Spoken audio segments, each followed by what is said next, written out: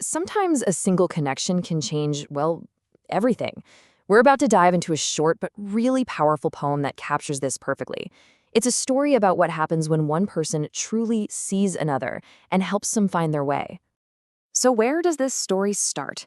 Well, it begins in a place I think a lot of us have probably been, feeling completely and totally lost. I had nowhere to turn, had nowhere to go.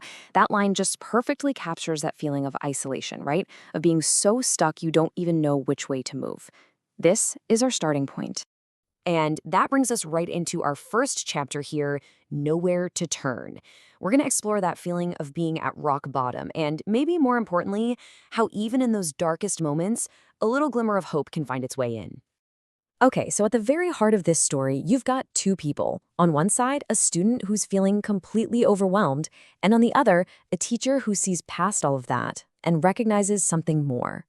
This image really captures the very beginning of that connection, right there in the middle of a classroom. I mean, this feeling of hopelessness, it was just so intense that the student's only thought was to just disappear, to completely withdraw from the world. It's a pretty powerful image of just how dark things had become for them. And right here, this is the turning point. In that darkness, the teacher does something truly remarkable. It's more than just offering help. It's about seeing the student for who they really are and kind of holding up a mirror to show them. You really brought out my true soul.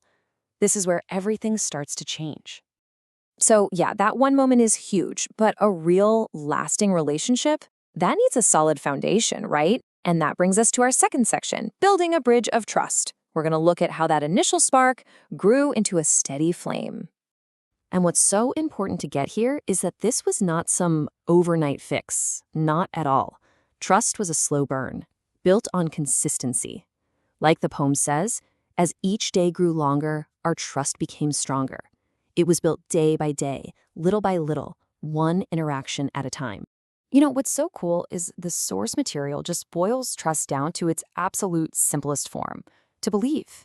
That's it. It's not about these grand gestures. It's about a fundamental belief in another person's potential, in their worth. The teacher believed in the student when they couldn't believe in themselves. And that act of faith is what taught the student how to believe in someone else. And this shows exactly how that belief wasn't just talk. It was action. It was presence. In those moments of pure vulnerability, when things were toughest, the teacher was just there, a constant, steady support. And that, right there, is how trust becomes real. But, no relationship is ever completely smooth sailing, right? Our next section, A Friendship Tested, explores how this newfound security gets threatened by the one thing none of us can ever avoid, change. So what's the problem? Well, here it is. A simple, totally natural transition, just moving up a grade, suddenly feels like this huge threat. The student isn't in this teacher's class anymore, and that little bit of physical distance creates a whole lot of emotional fear. And the fear, their specific fear, is just laid out so clearly right here.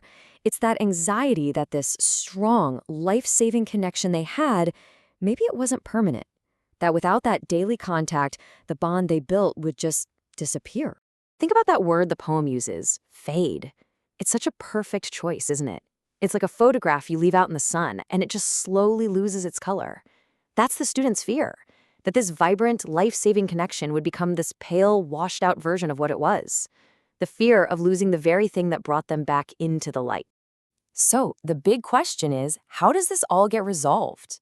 Well, our final narrative section shows us that the connection was way stronger than the student ever imagined. It evolved into something that went way beyond a simple classroom relationship. And the answer is just this incredibly powerful, direct statement of relief.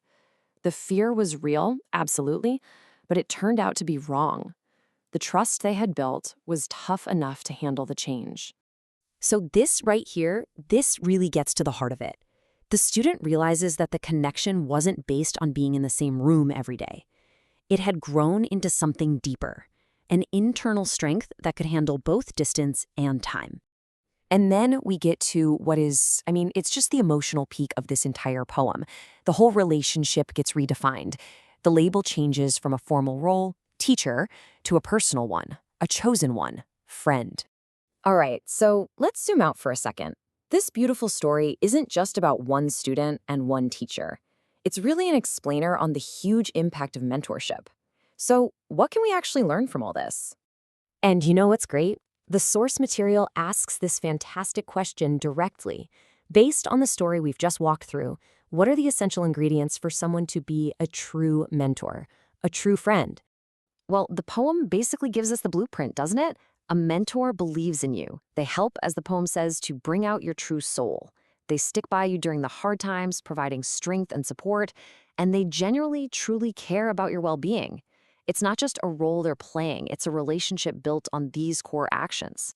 So now we come back to this image one last time, but we see it differently now, right?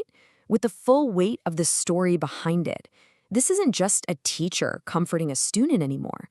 This is a snapshot of a relationship that fundamentally changed the course of a young person's life. And that's where we're going to leave it, with this final question from the source material. After seeing the incredible impact of this one connection, the story asks all of us, is it a good idea to take an adult's help when you're in trouble? It's a really good question about vulnerability, about trust, and about the quiet courage it takes to just reach out.